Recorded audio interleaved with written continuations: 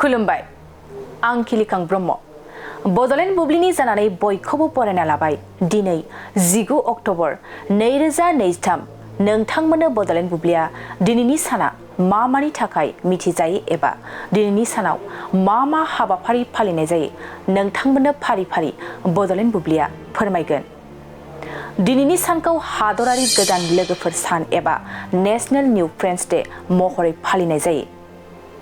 बे सानखौ गोदान लोगोफोर बानायनो हायुङारि लोगोफोरनि सानाव गोजाम लोगोफोरजों फिन सोमोन्दो लाखिनो थाखाय आरो मोन्दांथिफोरखौ रानलायनाय गोजोर सोमोन्दो बानायनो थाखाय फालिनाय जायो।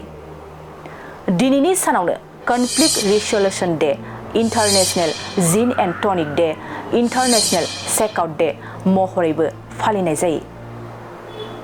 नोंथांमोननो बडलेण्ड बुब्लिया दिनैनि सानाव मा हाबाफारिजों मिथिजायो आरो मा हाबाफारिखौ फालिनाय जायो फोरमायबाय। गोजोन्थों।